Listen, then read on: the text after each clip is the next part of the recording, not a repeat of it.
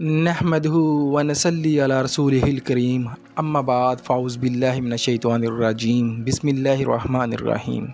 شروع اللہ کے نام سے جو بڑا مہربان نہایت رحم کرنے والا ہے۔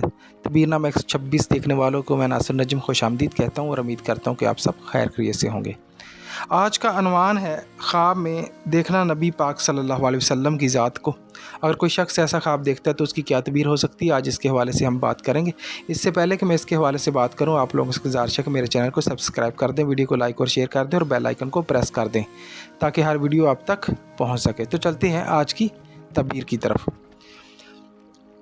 کوئی اگر خواب میں دیکھے نبی صلی اللہ علیہ وسلم کو تو ہر صورت سے اس کی بہتری ہو، تو وہ کہتا ہے کہ اگر کوئی صلی اللہ علیہ وسلم کو دیکھتا ہے تو اس کی دنیا میں بھی آخرت میں بھی دونوں طرح سے اس کی بہتری کی طرف نشانی ہے۔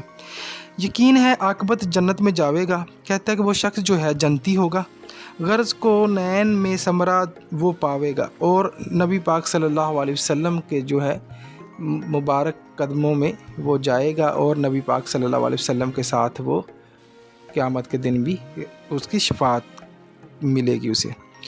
جہاں میں عزت توقیر پاوے گا، کہتے ہیں کہ پوری دنیا میں جو ہے نا وہ انسان عزت و توقیر پائے گا۔ رہے خوش ہر زمان مقصد وہ پاوے، اور ہر جگہ پر وہ خوشی اور اپنا جو مقصد ہے وہ پاوے گا۔ اور اس کی ایک اور بھی تعبیر ہو سکتی ہے کہ دنیا میں بھی سرخرو ہوگا، کامیاب ہوگا، اور آخرت میں بھی کامیاب ہوگا۔ اپنا ڈھیر سارا خیال رکھیے گا۔ تدبیر نامہ 126 دیکھتے رہیے گا۔ اگر ویڈیو پسند آئی ہو تو جاتے جاتے سبسکرائب ضرور کر دیجیے گا۔ اللہ حافظ۔